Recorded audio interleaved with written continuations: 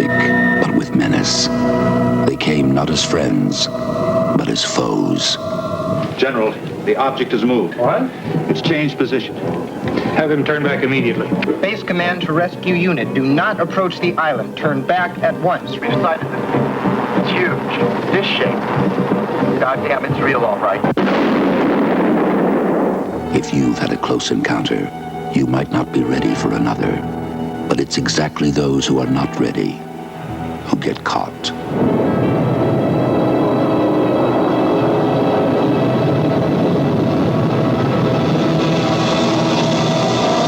A whole island, sealed off, impenetrable. But why? For what?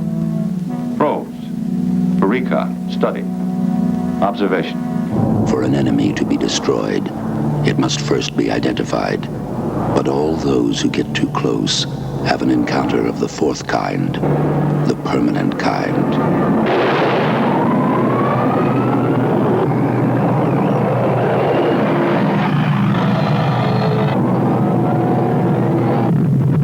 Foes. Well, they want to take us away in that thing. What if they try to hurt us? Diane. You don't know what it is, what's inside?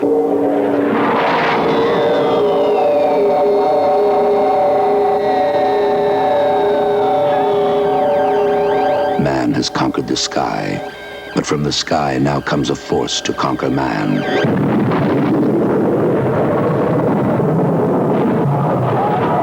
They are not afraid to be seen, but will you be afraid to see them? There's been an explosion at the island. Explosion? Tremendous surge of heat and radiation. What began as a frightening possibility ends as a terrifying reality.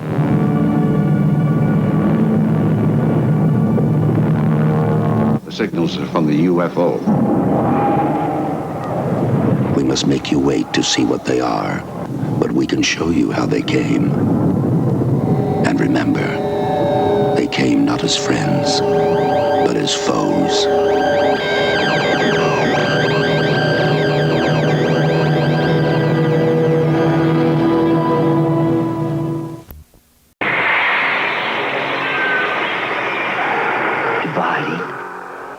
Reproducing. The seed is planted. The nightmare grows. Mutant.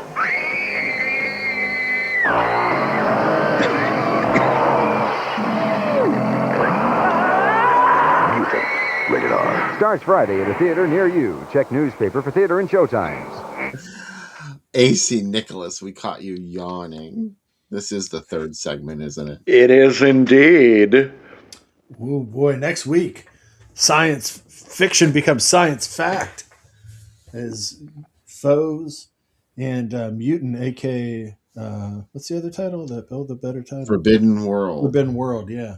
Are both. We're gonna. One movie is a UFO freak out, and the other is a art movie masquerading as a science fiction movie made for Roger Corman, who said not good enough on the first cut.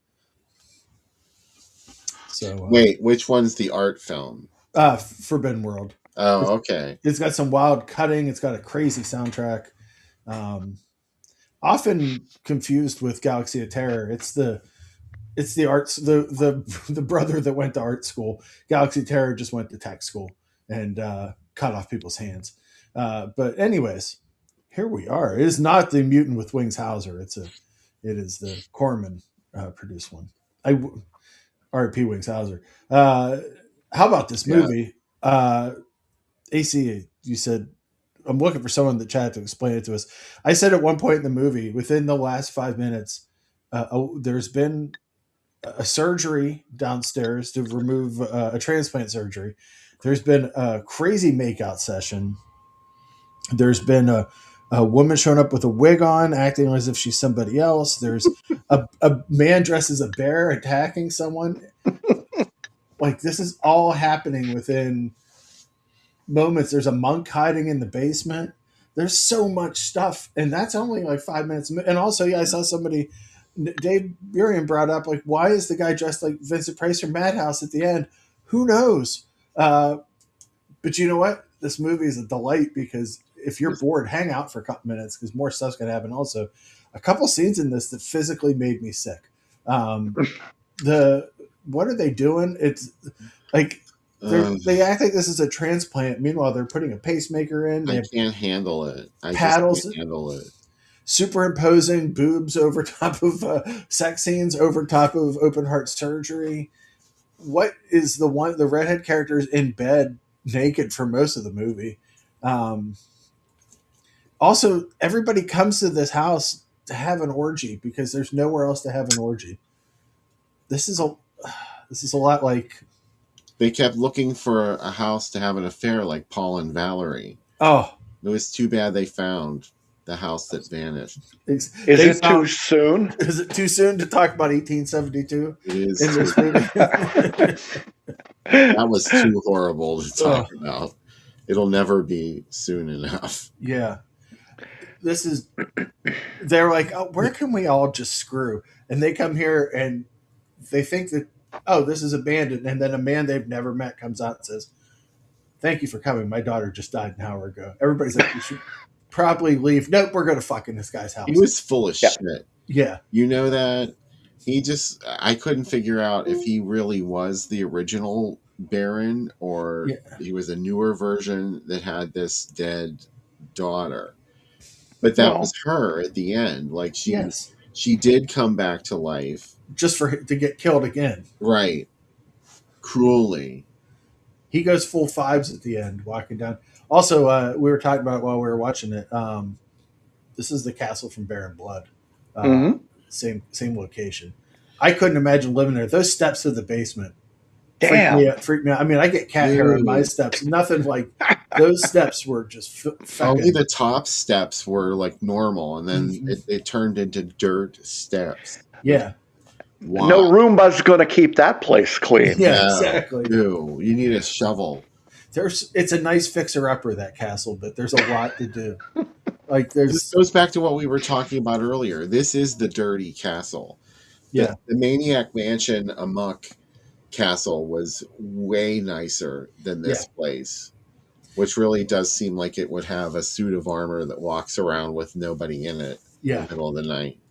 This is like a Scooby-Doo house, and the clue crew that shows up is all having sex with each other. And they don't solve mysteries. They just randomly fuck around. Yeah. Can you imagine what the real estate listing would look like for a place like this? Oh. The Zilla. Yeah. Must be okay with bear basement stairs and the random knife murder that occurs here. And also, as Dave said, the castle of the horny, long, and gothic statues. We're like in the middle of watching that guy's weird fuck style where he's like just like licking her shoulders and hips and nothing else, but just kind of like rolling around with her. And then we cut to St. Francis of Assisi on the wall going, yeah. She had like a Lady Macbeth scene, Tracy Palma. She was walking around with those weird flowers. Yeah. It looked like someone glued them together with a glue gun. That was very strange. This is what I love about movies. You can tell why I picked this. This is total Sam pick, where it's like a lot of people don't wear clothes. They're ghosts or reincarnations or something. There's a lot of surgery. There's a weird eyes without a face, kind of, sort of adjacent plot. There's a beautiful poster. Definitely. This movie needs inserts. I think if you put some inserts in this movie, there'd be no stopping it. People would talk about it. You're trying to make it dirtier, Sam Panico, you affable pervert. Exactly. Can we make Castle of the Creeping Flesh dirtier? Yeah. Yes, we can. Yes, we can. There's no facials in it right now, but there could be. It's what I'm saying. But it's something else. I liked it. I hope everybody else liked it. Looked like in the chat it did pretty well. John Vernon in everything. John Vernon got Howard Vernon. Howard Vernon. I mean, not John. I saw Dave's comment. Yeah, Howard Vernon. He's the center of my Jess Franco cinematic universes. Caligostro or Dr. Orloff. Like he just randomly shows up for like a minute in some movies. And, let me ask you: is there a guy who's an actor with eyes that are further apart than Howard Vernon? No. No. No. Were his eyes really far apart? I didn't notice that. Oh, yeah. He's got kind of a way that they almost look like in that direction and that direction. He's got way eyes. Yeah, one looks this way, one looks the other way. Oh, And I couldn't really figure out what kind of movie was it supposed to be. I mean, there's a car, yeah. and they drive the car, then the horses pick them up, and they go to the castle, and then the one guy leaves the castle to go back to pick up the car, then he runs into the bear, and I love the way the bear kicks him like it's a bar fight. You know, it's like bears do that, you know. All There's the also- guys are dressed like Adam and the ants. Yeah. They got puffy sleeves, and the women have 2-inch long eyelashes. There's also moments where the lens has been just coated with Vaseline. Like Yes. it's like the gauziest, like we're in a dream world. Yeah, and all the women. Chatterbox Tracy did start up for me right after a great double feature to go with this, which makes no sense. Yeah, everybody has makeup on no matter what time of day. Everybody has eyeshadow on and false lashes. That's what I want. I want this world.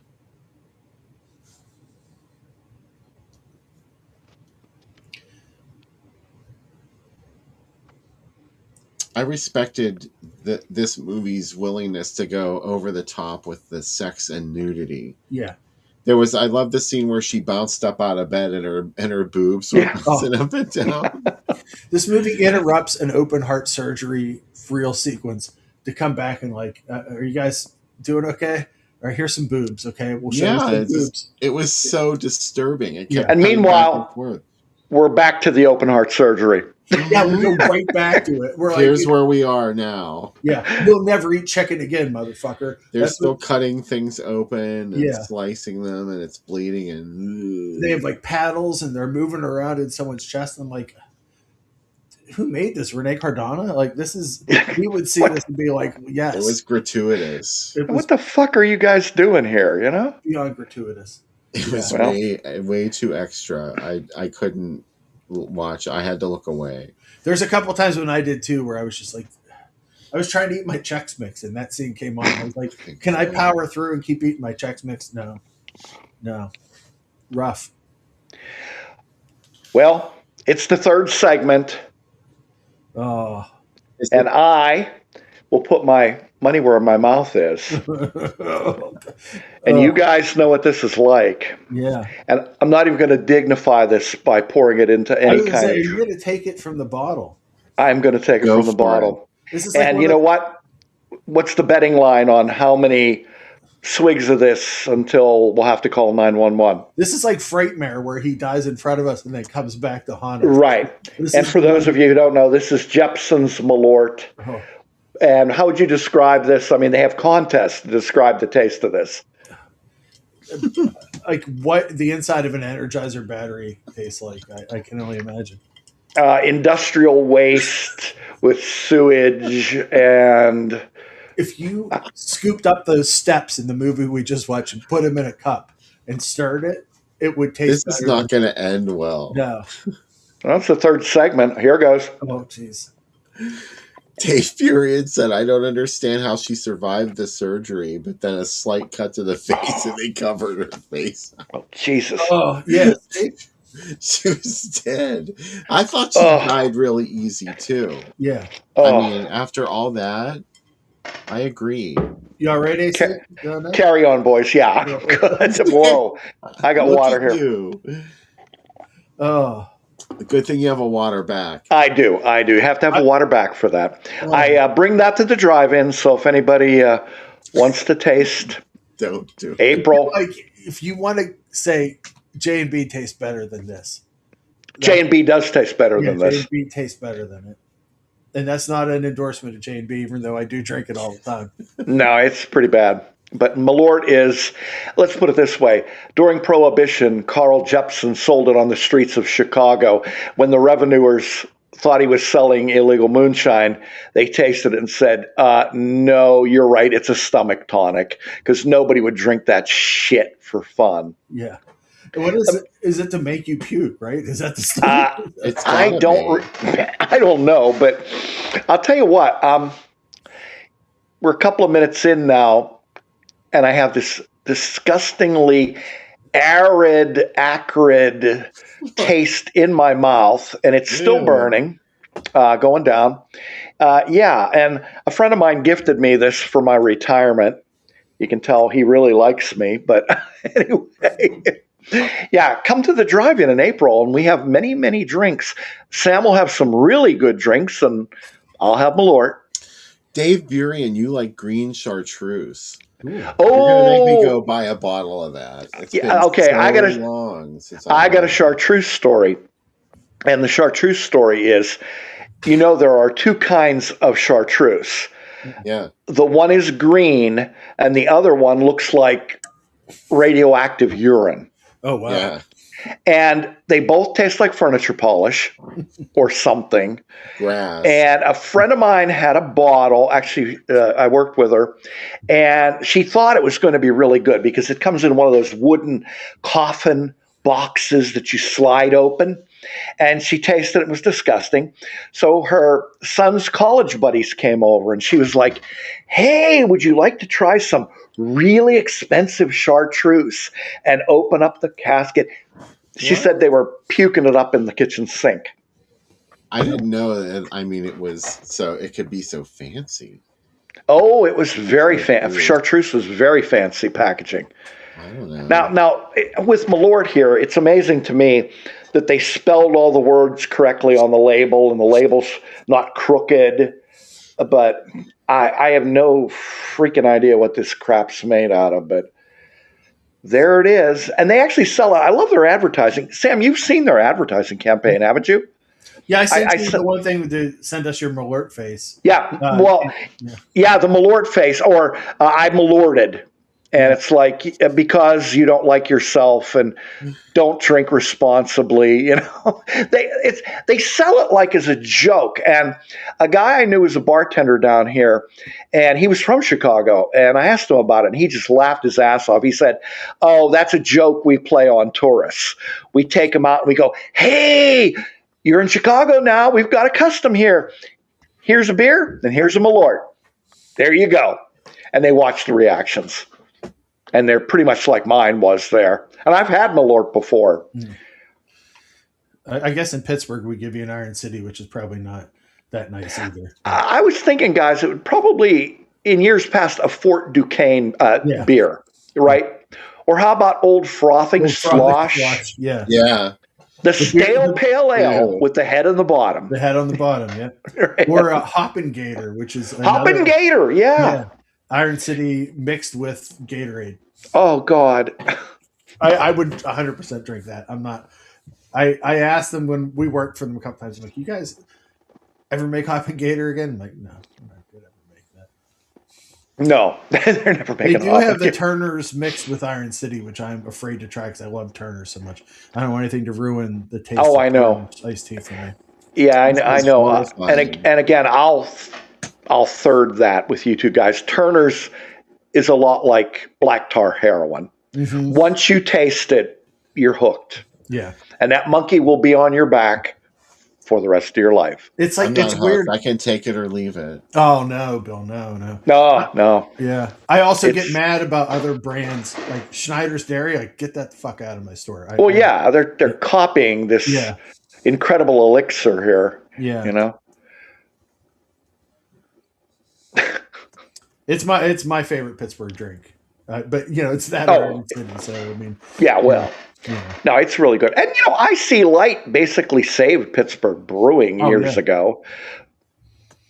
Yep, because it was one of the first commercially available lights, and just very popular. And it's 101 calories, which is really low compared to other ones. The problem with Iron City is consistency. At least before they moved the brewing, like when it was still getting made outside of Bloomfield, like one batch to another would not taste the same. And I don't understand that because they made it for 60 years. I know. You think they'd figure it out? And for our viewers who are not from Pittsburgh, I will tell you a joke that will give you the experience of what IC Light tastes like. Why is IC Light like having sexual intercourse in a canoe? They're both fucking near water. Yeah. Yeah, there you go. It's That light. and Iron City inevitably always makes the worst decisions. Like they were the first people to come up with the aluminum bottles. They didn't have enough to do the demand. It's just thing Yeah. after thing. But if you're making a Yinzer Jalo, you got to have an Iron City light scene. It is the J&B of a Yinzer Jalo. So that's how I know. Like you got to go to like the Gandhi Dancer or like Mount Washington or somewhere like that. And then you got to go to Market Square, and you got to have something crazy happen in Market Square. This is what makes it. There's no are there castles here that we could do a castle movie in? Because I'd love to do that. A castle, the old Boggs house over on the it's now the inn on the Mexican War Streets, right, Bill? That's a castle, or at least it looks like a castle.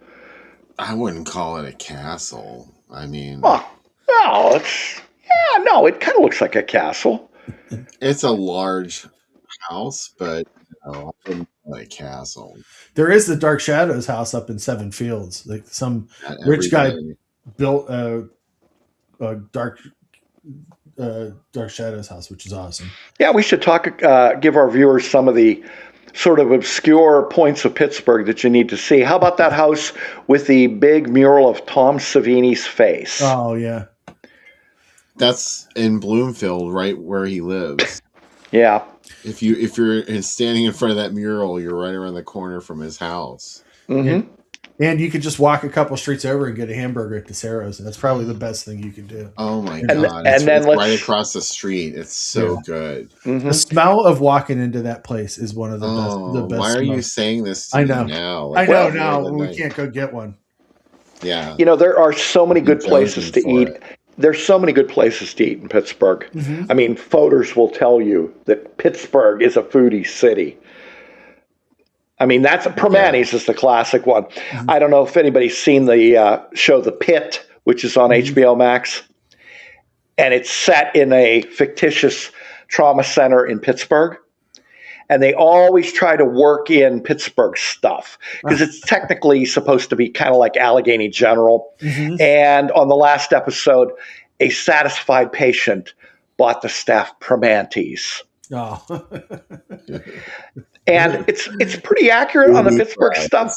It's pretty accurate on the Pittsburgh stuff, except they made 2 substantive mistakes and 1 dialect mistake. The dialect mistake is nobody has the Yinzer accent. Nobody. Mm-hmm. Now, I understand the doctors and the nurses, the professionals wouldn't, because they went to school, they got rid of the accent. But people sitting in the waiting room should be saying, when am I going to get in there and that? I just came from downtown. Waiting for an hour.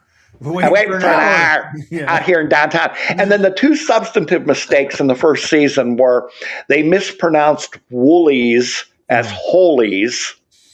That's the fish place, the seafood place. And they said, I have to go to the fine wine and liquor store. And not a single person in Pennsylvania would refer to it as that. They call it the state store. Yeah.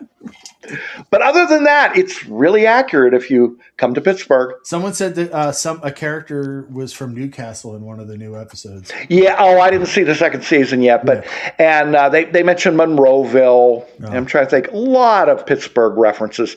And my wife, who used to be a nurse on the heart transplant ward. There you go. And she laughed at Castle of the. Creeping we should have had her come on and talk to us about the surgery in it. I should have. And there's a joke on the one of the episodes of The Pit where the one patient who's been waiting for hours, the old guy goes, "Give me my cell phone. I'll call an Uber and go to Presby, a good hospital." And she had worked in the heart transplant wing at Presbyterian for many years before I met her. Yeah. Jenny's right. PPG Place is basically a castle. Oh, it is. Yeah. PPG Place for sure. Also the where Dr. Claw lives in Inspector Gadget. The movie. Mm-hmm. And then we could, if you came to Pittsburgh, the 3 of us could take you to Randy Land.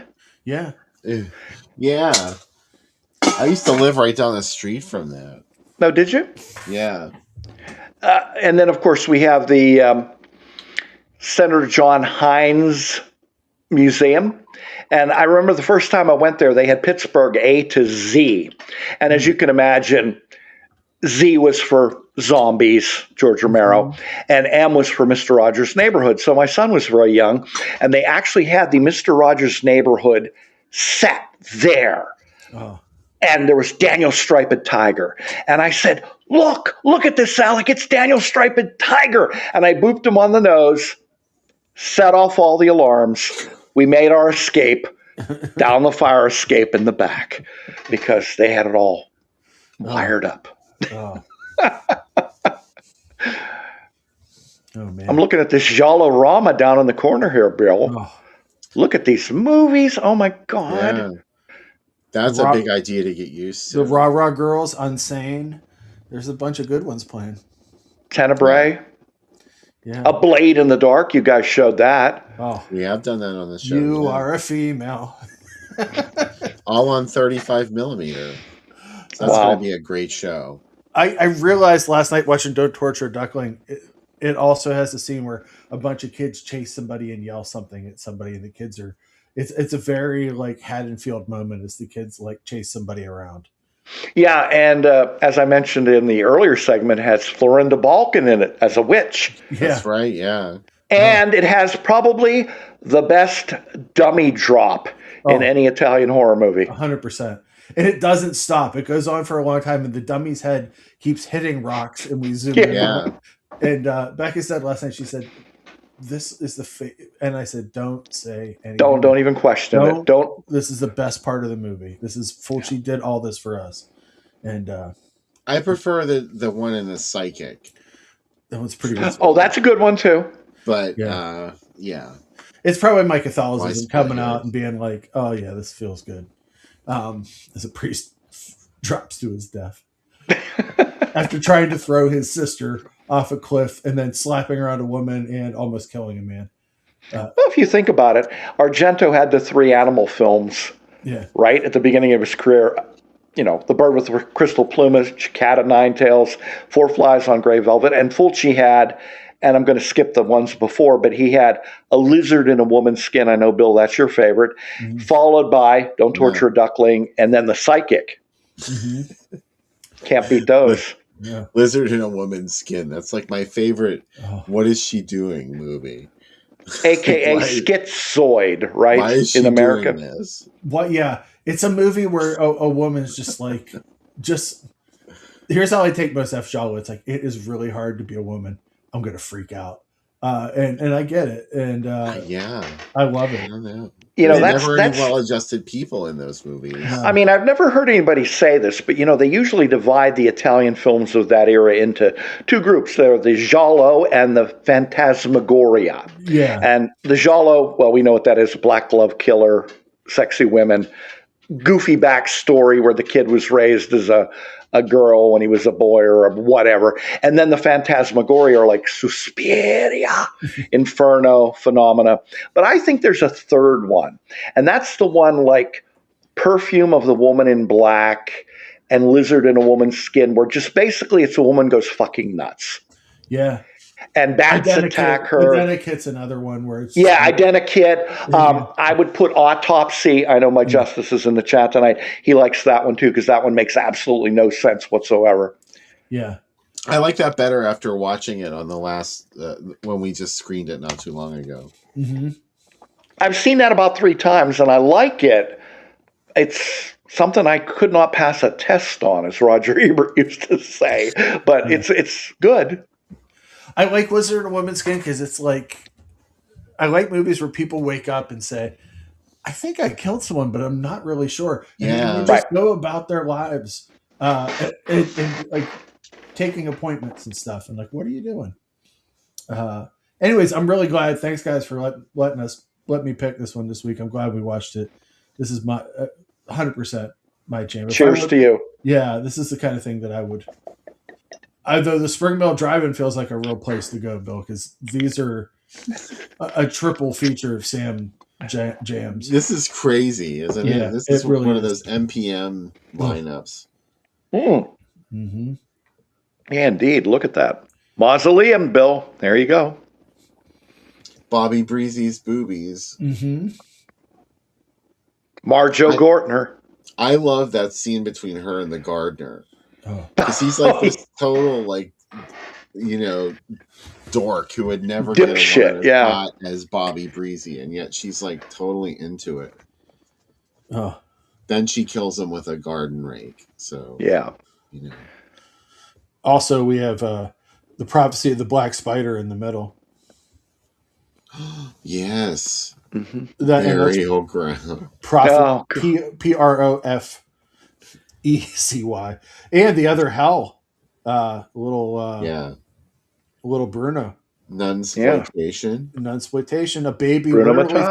A baby thrown out a window with the bathwater in that one. I can't believe the Guardian of Hell played it. Like I think it played Showcase North, didn't it, Bill?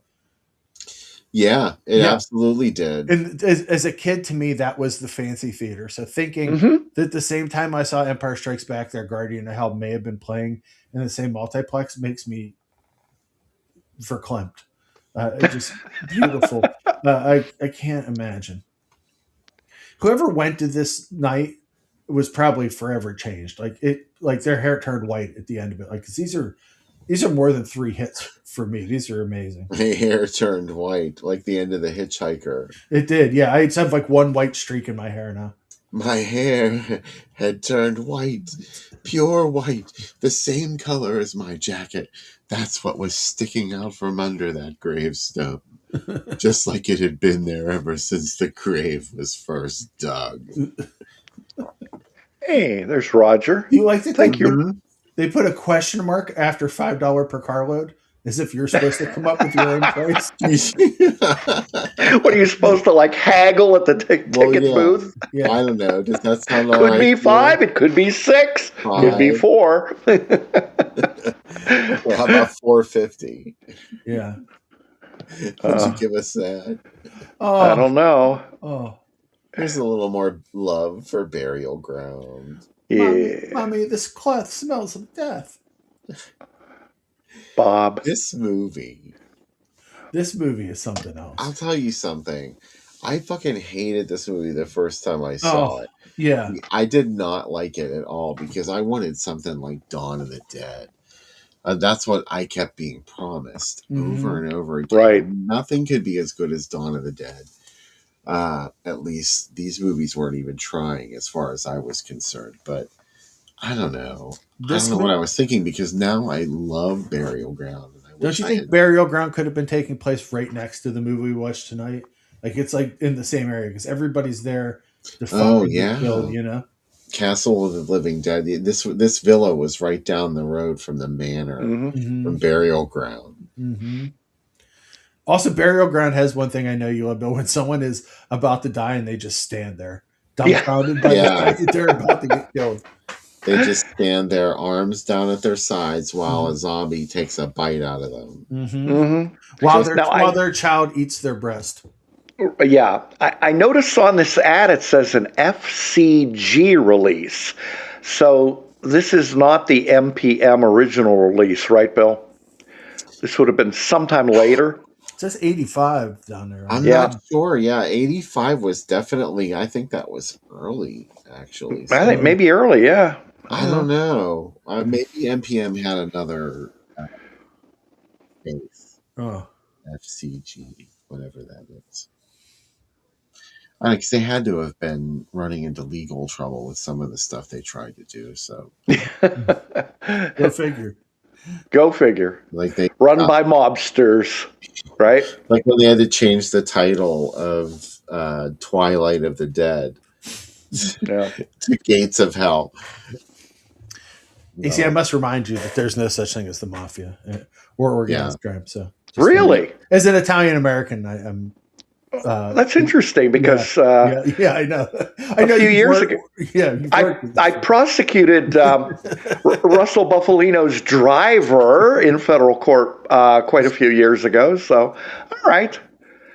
I'm like one of those crazy people that protested the Untouchables. Yeah. Oh, okay. Yeah. Anyway, he pled guilty, and we brought him in for a sit down. And the first question we asked him was, "Where was Jimmy Hoffa?" And he said, "They burned him up in a crematorium in Buffalo." Well, there you go. There you go. There's your answer. Oh, wow. Look at this page. Holy heck, Bill. There's so much going on here. My God, there's Kentucky Fried Movie there. Look at all the critical quotes for it. It's Hills like Have Eyes. Michael Berryman's face is the most prominent thing in this layout, which is wonderful. Oh, Bill, your movie, Rabid, an excellent David Cronenberg movie. That makes my armpit twitch. I know. And then we have The Bad News Bears. Breaking Training. And Roger Corman trying to go uptown with releasing an art film, I Never Promised You a Rose Garden. Yes. Right? I remember being fascinated by that as a kid. Yeah. I was like, well, is that the theme song to it? But no. I don't No, the theme song is You Light Up My Life. You give me hope to carry on. Light up my day. This has to be said. I honestly believe that just a little bit of Boone is enough to transform you inside. Yes. I think so. Yes. We've got so many good choices here. And the little girl who lived down the lane, my eyes aren't that good, but I finally caught that. That's in the middle there. Wow. Fucking amazing movie. James Bond movie. Gregory Peck as MacArthur. Oh. Holy heck. I would never leave the movie theater. The whole week these things are playing. Poor Marilyn Chambers in Rabid. She didn't deserve that. No, she sure didn't. Rose. She brought Rose to life. Yeah. Look at all this. Speaking of Metropolis, the reissue, there it is. My gosh. Wizards and Lord of the Rings, too. Oh my gosh. And Exterminator 2. And Caligula. And I noticed Fall Break. Right, and I noticed that for the April Ghouls version at the Riverside Drive-In, there was a poll on the Monsterama site, pick the movie, and The Mutilator was one that was on there as a potential movie. Wow. And we got Dungeon Master from Charles Band. Yeah, which I didn't know played theaters, so I'm excited to see that. Wow. Oh, it sure did, yeah. Yeah. I saw all of Me in the theater, though. I did too. Definitely can tell you that. And what's way up in the upper left corner? I can't read that. Some Kung Fu. Oh, Kung Fu Mystery Kicker. And Return of the Chinese Boxer. Which is there you go. Yeah. Well, you can barely see it at the Aztec 3. One of the double features was Mausoleum and The Mutilator. There you go. Which, can you imagine that night? I love that tagline: by sword, by pick, by axe, bye. I only call that movie Fall Break. Yeah, it's Fall Break. It shall always be known as Fall Break. What else on here? I think that's everything, right? I think we went caught clockwise on the page. Yeah. Oh, God. I saw Caligula in a theater when it came out. Man, was that a butt-numbing experience. Were you in a raincoat? No. Oh, you were. No, I was not, Bill. No. Oh, here we go. They raped and murdered his sister while he watched helplessly. Now it's his turn to make them die slowly. Banned in 31 countries. Totally not descriptive of the plot of this film. No. Hell Knight feels positively chased by. It is. Yeah. What is Zombies, Bill? That's got to be Zombie, I would think, maybe. Well, if you know, maybe I don't know, from the press book of Night of the Zombies. That's what. Okay. Okay. That's all they ever called it was Zombies, and it's probably just Zombie, and they had that press book laying around. Yeah. I don't know. Yeah. It could have been either one of them, or it could have been something totally different. I love Hell Knight, but I eat your skin. Hell Knight feels a little too nice to be playing with these other two disreputable people. Yeah, it does have that 3 on a meat hook decapitation thing, where like the axe hits the neck and the lower body falls away instead of the head. Yeah. That's like a total 3 on a meat hook riff. I love it. I wait for that moment in Hell Night when I get so pissed off because on Comet they don't show it. So Yeah. Comet edits the movies so I know. ridiculously. Come on, Comet. Come on, Comet. Come on, Comet. Oh, Speaking of MPM, Yeah. they are. Funeral Home, The Gates of Hell, Speak of the Devil, Wow. Mausoleum. And a studio picture, The Entity. The Entity, yeah. That's like a legit thing. yeah. Oh, The Entity, I love you. Not that the other movies aren't legit things, also, you know.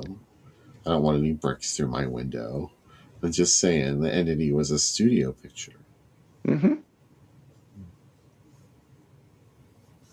I don't know. This one seems more appealing to me, this lineup, than the other one that we saw. This is a nice lineup, actually.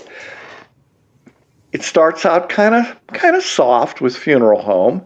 Then you got some Fulci, and then you got Crazy Mausoleum, and you end up with the incredibly demon rapey Barbara Hershey movie, The Entity. And that is the order, too. The times are listed there. So The Entity would have been screening at 3 a.m. Oh, We're already a half an hour into The Entity. What a joyous night. Let me see here. I got a question in the chat. Hold the phone. Dave Burian asked, totally unrelated, but I want to know if AC has any thoughts on The Smut Peddler. I have not seen The Smut Peddler, so I'll have to check that one out. Thanks, Dave. Okay, this looks like a family, wholesome, friendly lineup. Spice of Life show. Yeah. What? We got Malibu High. That's my choice there. That's good. By day, a high school honor student. By night, a hit girl for the mafia. How about, like, by the third movie, you know, people are just crushed. Like, they're like, this movie is so mean. Yeah.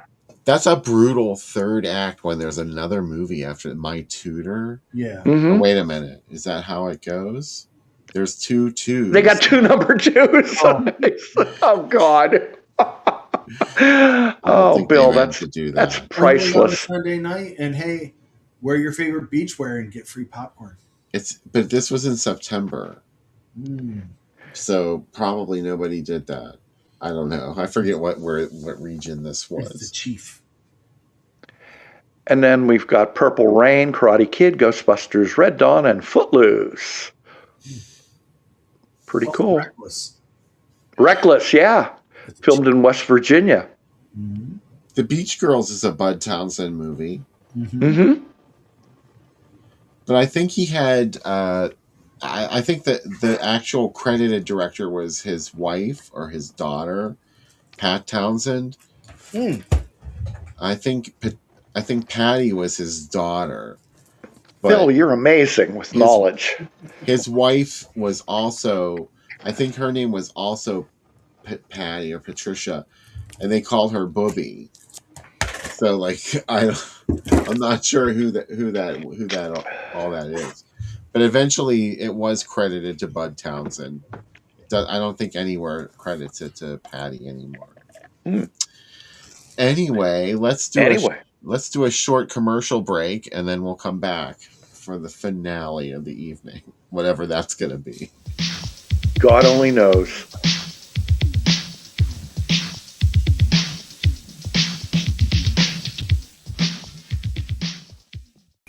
She was all beauty and glamour on the silver screen. Faye Dunaway stars in a stunning portrayal of the secret life of the legendary Joan Crawford.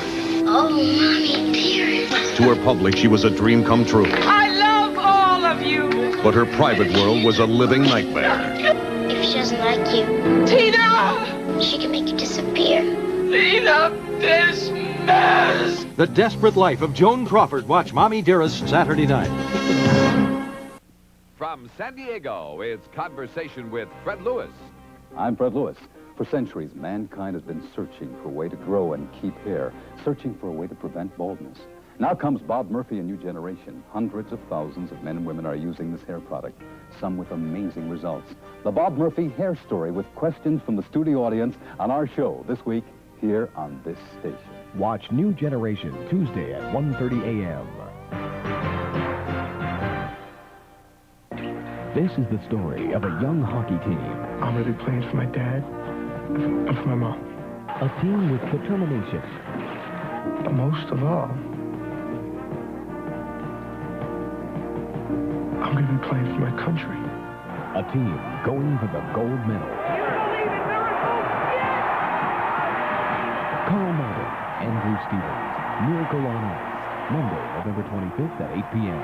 on WPTT. TV 22. Live from the Meadows, it's the Meadows Racing Network.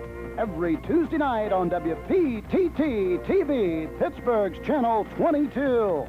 Tune in to harness racing action every Tuesday night at 10 p.m. And with a call-to-bet account, Pennsylvania residents can wager by phone from home. It's Live from the Meadows on Pittsburgh's TV 22 every Tuesday night. Be there! In just a few moments, we will return to Something Evil. Get ready, Manhattan, because Crazy Eddie's coming to 150 Broadway, corner of Liberty Street, with his greatest grand opening super sale ever. Free Crazy Eddie t-shirts, free Crazy Eddie baseball caps, and all great Crazy Eddie superstores will be celebrating during Crazy Eddie's greatest grand opening super sale ever. So get ready, Manhattan, because nearly got me, because Crazy Eddie's coming to 150 Broadway at the corner of Liberty Street. Free Crazy Eddie t-shirts and baseball caps. Come on down, we'll be looking for you. Love triangles. Do threesomes work, or is marriage for three just an excuse for adultery? Three threesomes tell their stories on the next Geraldo. Monday morning at 9, here on Channel 11. It was spring in Pittsburgh, but on the north side, it wasn't the weather on people's minds. It was their homes, loved ones, everything they had, and it was arson. An anonymous tip to Channel 11's Crime Solvers hotline led police to the suspect and stopped the fires and the fear. So if you're on the wrong side of the news, be advised, Crime Solvers is watching you. Every day, there are more and more reasons to watch Channel 11 News. Turn up your song. Haunted Hollywood has returned. Wow. Wow, I'm crying tears of joy over here. From nostalgia, beautiful collection, Bill, particularly the harness racing at the Meadowlands. Oh my gosh. And I'll be crying some more in a second. Oh, you are going to regret that, AC. Oh, I know, but hey, here we are. It's the third segment. It's the wee hours of the morning. We're having fun. You want to see what came in the mail, Bill? Oh, yeah. Yeah. These first two are from Troma. New releases. Frightmare, the Norman Thaddeus Vane Frightmare. Yeah, the Traumatic Special Edition with a lot of extras. Actually, there's an interview with the director who also did The Black Room. And Midnight. Not that Midnight. Luther the Geek is another Troma one. Oh, yeah. God, I forgot about that movie. Yeah. That was a VHS rental back in the day. I got to tell you, I love Kino Lorber because I ordered stuff on a Friday and got it on a Monday, which is amazing, right? They had a sale of stuff that they were closing out on because they don't have the rights to it anymore. So I got one of those movies. Oh, the Barbarian Brothers in Double Trouble. Oh, I love you, Barbarian Brothers. You're my favorite. You're in Barbarians. And then I hinted at these before, the Dan Curtis sets that are coming out. It's Dead at Night. Beautiful. And then they've also put out classic ghosts of the 70s Gothic television, more Dan Curtis specials. And then here is the new one with Phantom of the Opera, Dracula, and Frankenstein. Not Phantom of the Opera, Dr. Jekyll and Mr. Hyde. Right. Wow, that is beautiful. Those are great. Oh, those are nice. There's this other new one, the Late Night Mysteries one. And this has the Invasion of Carol Enders, which is one of my favorites. So, and Nightmare at 43 Hillcrest. So these are the fact that they're putting these out is really amazing. And then I don't finally, think I've seen any of those ones you mentioned. they're all shot on video like soap operas. And they played on, I believe it was called the ABC Wide World of Mystery, which was a competitor to Carson back in the day. Yeah. So they're really great, Bill. You'll love them. They're really Yeah, good. they are great. And then James L. Conway directed The Lincoln Conspiracy. Oh, look at that. Yeah. So that was on sale for $5 at the last The Kino. director of the Boogans.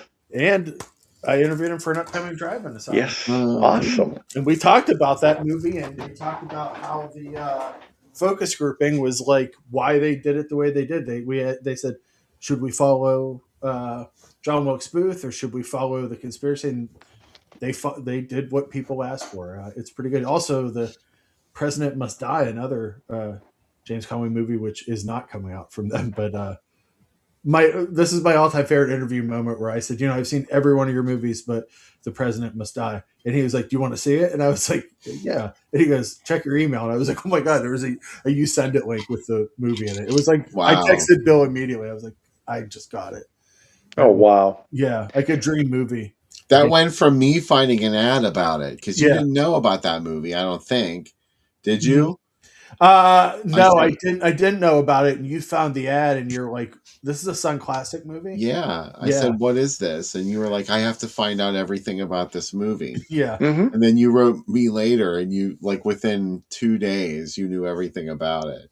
Well, also, like when I talked to him about it, I said the whole rumor always was that it had been canceled after Reagan's attempted assassination. Yeah. And he said, no, it just sucked. Like we played it in one city, it did shitty, and we said, you know what? No, they were already moving away from the Sun documentary kind of feel by 1980. So it's really good. Brutally honest. But. Yeah. It's amazing to see it because a lot of the stuff in it, the JFK stuff is stuff that is on all the time now, right? Like if you watch the internet or if you watch basic cable shows.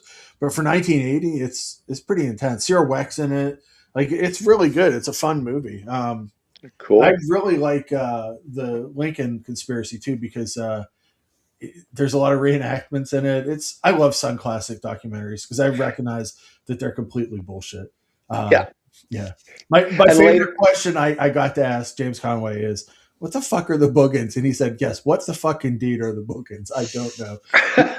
He said, I guess they're turtles with fur. I don't know what they are. He said, part of me wants to remake it because of how good CGI is. He goes, but another part of me says, the Boogans are fine. And he met his wife with that movie. So that's a very memorable movie for me because wow, she could have been another great scream queen, Rebecca Balding from Silent Scream and the Boogans. Yeah, and she's naked in both movies, by the way. Yeah, and he was could have taught an acting class in Perky. She's amazing. Yeah. I got a movie. I don't have it in front of me, but I got the Vinegar Syndrome, Joe Dante, John Davison movie Orgy. Mm-hmm. Did you pick that one up? I got mine because they got 3 copies at the store, and my brother-in-law lives like 5 minutes away. He's like, "Do you want me to go get it?" I'm like, "Yeah." Yes. And then he texted Becca. He's like, "There's a lot of dudes that look like Sam here, all milling about outside." She's like, "Get him that movie." So yeah, I was really excited to get it. I'm debating getting. I didn't get Tank Girl yet, but there's a big part of me that wants it because there's a lot of extras on it, and it's a Becca movie. Becca loves that movie. So it's funny because once I saw it, I understood my wife a lot better, like how she dresses sometimes, like how she'll do her hair. I'm like, oh, it's very Tank Girl. It's my wife's influences are like Madonna, Tank Girl, and like Karen O from the Yeah Yeah Yeahs, and Gwen Stefani. Yeah, that's the other one, and a little bit of Janet Jackson. She's very into Janet, Miss Jackson, as I refer to her, because I'm a nasty. So yeah, she thinks that Janet's better than Michael, Bill. And this is an argument that we have quite frequently. Oh wow, yeah, because she was born in 1984, so she doesn't know how Thriller changed the world. She doesn't get it. She's like, I guess it's okay, and I'm like, it's a little better than okay.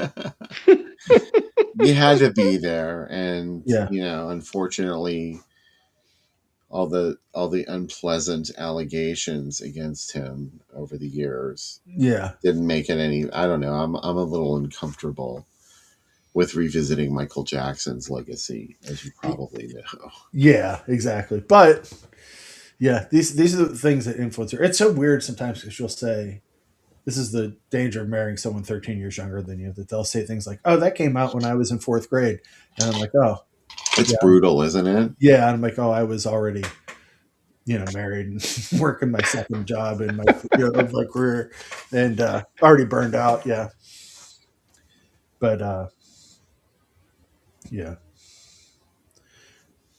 But Bill and I did have fun New Year's. AC of we watched a lot of videos. Did you watch The Child? No, we watched just music videos and Oh, okay. and A lot of taco music a lot of videos. taco, yeah, and Okay. a lot of pop music. It was a stream of consciousness Yeah. AI assembled. Yeah. Song after song after song, but like 5 seconds of the song. And you're like, oh wow, I like there it goes. Yeah.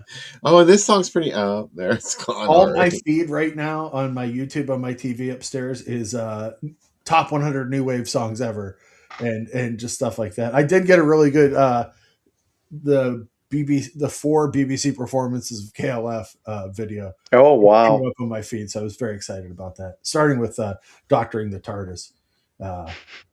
Very Doctor excited. Who. Hey. My wife's like, "Who is this?" I said, "It's KLF," and she said, "What are they wearing?" They're all wearing capes and masks, and I said, "This is not the weirdest outfits they would ever wear. I mean, this is just the start." Yeah. What other band would retire during the Brit Awards and shoot machine guns over the audience and then drop off carcasses and then delete their entire back catalog? Oh, KLF, you're my favorite. And burn all that money. Remember that time? And buy a sub and go to Antarctica on it and bury a statue of Elvis at the North Pole. Yeah, they're my favorite. I can only dream of doing something like that. Yeah, they're like the kind of people that like did the stuff that I would do. I was thinking like, what would I do with money? I would just buy more movies. I would. I would just have like a house for movies. Yeah. Jimmy Cotty married Alana Curry from the Thompson Twins. Oh, really? Ooh. Yeah. Well, he's done. married to her. They've been married for years. Hold me now. Oh. Well, I am AC. What's coming up next in your movies? You got February. I think we're going to show Philody, which is the movie Sam you introduced me to. It is a German animated film, a neo noir about cats. Yeah, cat violence, cat sex. Crazy, good movie, really good movie. Yeah. And then after that, I don't know. I'll take suggestions. What do you think? Oh man. What should I inflict upon the populace of Columbia, South Carolina? Well, wait a minute. Didn't you do another screening of Effects? I did. I did 2 screenings. I did the initial one, and then the Babylon Kino had a horror film festival in October. And we had filmmakers there, and we thought, this is a fantastic movie about making a horror film. Mm-hmm. So we showed it to great acclaim. I got a chance to talk to, thank you boys for the intro, loved it, Dusty Nelson and John Harrison. Wow.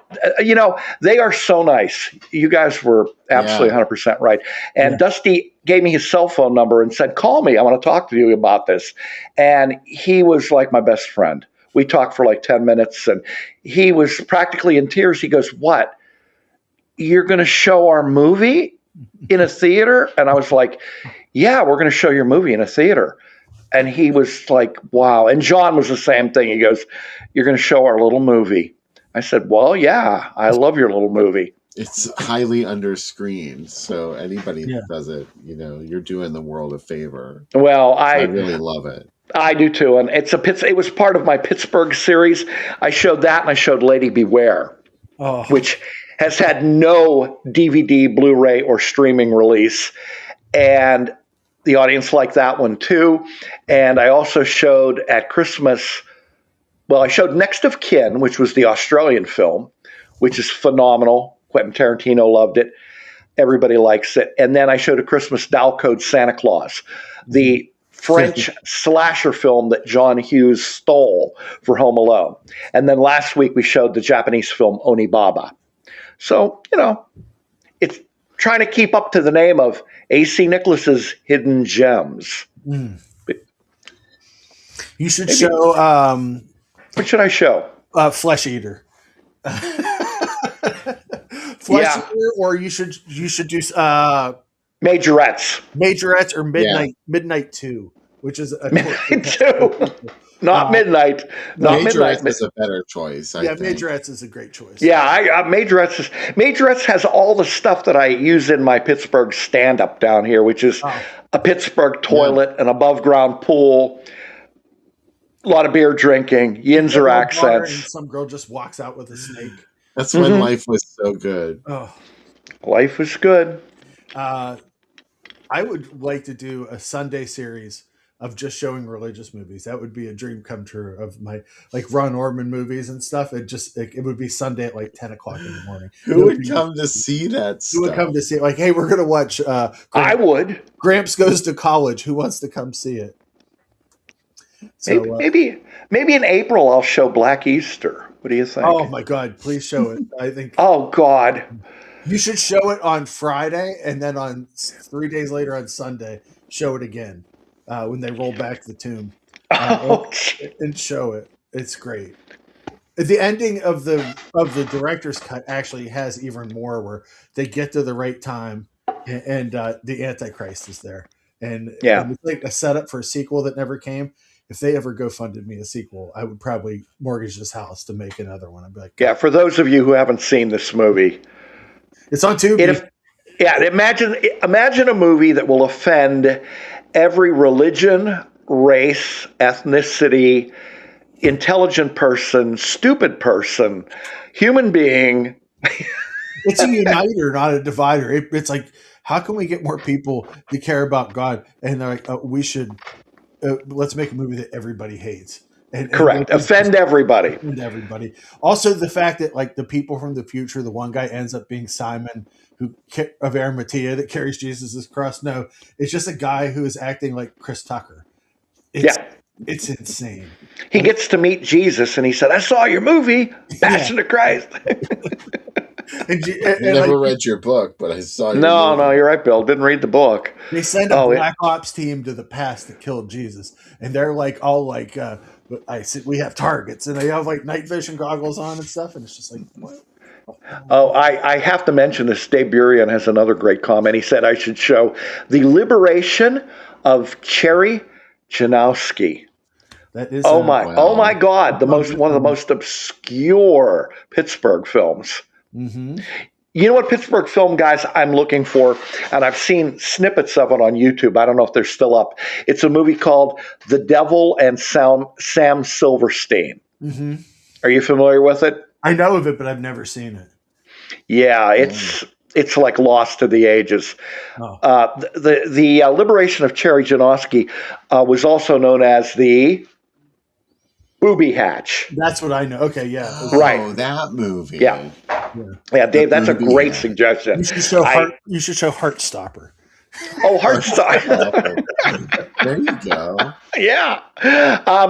Or the one I reviewed, Sam, for your site called A Special Kind of Homicide with Bingo O'Malley. Oh, of course. Bingo O'Malley, if you have him in your movie, it's definitely a Yinzer Jolly. You could show Three Rivers, a.k.a. Striking Distance, or do a Striking Distance and a, what's the other one with Van Damme in it? Sudden Death. Sudden Death. And that's too expensive. That would cost us the entire movie budget for the rest of the year. There was a Pittsburgh gay vampire movie. Oh. I forget the name of it. Not Innocent Blood. No. It was a gay vampire movie. I can't remember the name. Was it around 1987, 1988? Something like that. Okay. Well, when I showed some Pittsburgh movie trailers, I showed Blood-Sucking Pharaohs in Pittsburgh, and I know you hate that movie, Sam. Oh. But everybody came up to me and said, "You ought to show that one." That movie. That one looks really good. It's horrible. It's Is just it like, really? yeah, It's screwed up. It's an Alan Smithy. The director took his name off of it because they messed with it. I think it's kind of cute and funny. It's not as good as Innocent Blood, which I think is really underrated for Pittsburgh horror movies, but that's could be the Malort talking here. I don't know. Yeah. I remember when they made that. Like, I think I was going to school when they made that, and I remember when they had the burned out bus on Liberty Avenue, and then they had all the storefronts. They sleazed it up. It was still kind of sleazy in the late '80s, but they like made it twice as sleazy in the movie. Pittsburgh was never really that sleazy downtown. Maybe that Lids store, that Cap store down. And there was that Roman 5 was a little rough. Okay. And there was that last bastion of smut on the north side, where there used to be a burlesque house many years ago, and it had turned into like adult bookstores and theaters over there. There was still that, like even up until the 90s, I can remember that being there. So no, I think it did linger. A little bit. Now, you know what? Maybe we didn't, when you had me on the podcast and we were talking about Yinzer films, we missed a couple. I think there was one called the one that was filmed down at Station Square for TV, The Assassination. It's got Bill Cardille in it and Dietrich Bader from the Drew Carey Show. What is it? The Assassination Bureau or something? Not Bureau. And Sherilyn Fenn's in it too, I believe. Oh man, that we missed that one. I thought of that, and I have my Made in Pittsburgh movie list here. So you could show. Bet you don't have the Bingo O'Malley movie that I reviewed for your site on there. I'm looking through. I mean, I'm up in the 60s now. Oh yeah, a lot of movies, including The Fish. Let's say Pittsburgh. Pittsburgh. I have seen Stockard Channing in that. Yes, she is. I remember going to see that at the Cheswick Quads. Oh God, I remember the Cheswick Quad. That was my neighborhood theater. I lived in Springdale, so I could walk to the Cheswick Quads. I rarely did, but I remember like around when Aliens was in theaters, I walked to the Cheswick Quads a couple of times to see Aliens. Yeah, what is that movie, The Assassination? It's directed by Harrison, I think, John Harrison. The Assassination Game, is that what you're thinking of? That's it. That's it. Directed by Nick Castle. No, that's not it. No, that's different. That's Tag. That's the Roger Corman film. No, this is one filmed in Pittsburgh with Dietrich Bader and Sherilyn Fenn and Chili Billy. It's The Assassination something. Okay. And it was a syndicated TV movie. Wow. I'm looking through my list and I don't see it. I have... Let me see if I can find it. Iron Maze was made here. Whispers in the Dark. Oh, Whispers in the Dark is a piece of shit. Yeah. It's hilarious. It's hilarious. Alone in the Neon Jungle, a TV movie where Suzanne Plachette's a tough cop. I saw that one. Yeah, with Joe Morton and Danny Aiello. Come on. There's Hang on here. We're going to... You're sure it was Sherilyn Fenn? Yeah, I'm pretty sure it was Sherilyn Fenn. I could be wrong. What year was it? Oh, you know what? Another Pittsburgh shot movie is a Street. Here it is. I found it. Okay. It is The Assassination File from 1996. And it is directed by John Harrison. It has Sherilyn Fenn, Tom Verica, Dan Butler, Dietrich Bader, Paul Winfield, and you guys got to see this. This was like, there was that goofy consortium of stations that had a syndication package that they ran, first run, non-network made for TV movies, and Harrison directed this one. And it's actually pretty good. It's filmed, they use Station Square in the Grand Concourse as a hotel down there. An ex-FBI agent gradually uncovers the nature of a conspiracy behind the death of a black presidential candidate. And Sherilyn Fenn plays the agent. And there you go. I'm going to check I should ask John Harrison. I should talk to John Harrison about that. Yeah. There's another Pittsburgh junk movie I could recommend, Street Corner Justice from 1996. Yeah. Mark Singer is right. a Pittsburgh undercover cop searching for a satanic serial killer played by Clint Howard. That's only the first 10 minutes of the movie, and then he goes to New York. But there's one, or to Hollywood, and there's like one scene which is totally what would happen if you moved out of Pittsburgh to move to Hollywood, where an entire bar is like, why is moving to Hollywood? Why don't you sit with something wrong with the burg? And everybody just keeps yelling at him and saying, oh, you got to get soft going out there to California. And I'm like, that's 100%. and then that's it. We don't talk about Pittsburgh again for the rest of the movie, other than he has a pirate's hat on. Well, the Beastmaster himself, Mark Singer. Beastmaster.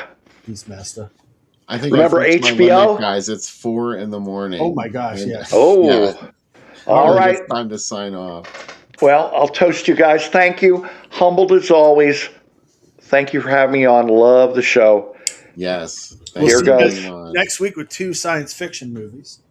Yes. Mutant, a.k.a. Forbidden World, and Foes. A very bizarre UFO abduction film. It's very strange. It's totally not what you're going to be expecting, and I love it. It's just such a weird vibe. We've been teasing it for a long time, so yeah, awesome. Yeah, we tease. Thanks to everybody in this chat for stopping by. Really appreciate it. Great questions. I love all the nice things you had to say about all these old AC tonight in the movies. If you're ever in Columbia, look me up. That's right, at the Babylon Kino. Indeed. The place for underground movies. All right, take care. We'll be back on next Saturday night. Till then, have a great week. See you.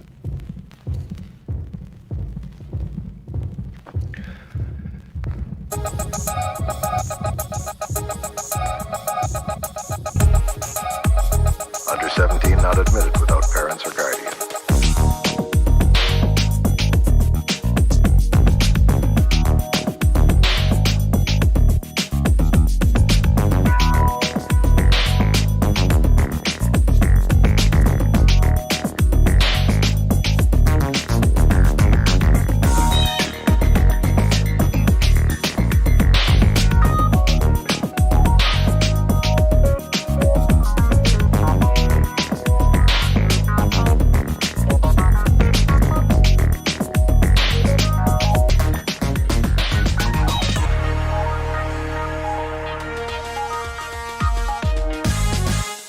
Under 17 not admitted without parents or guardian.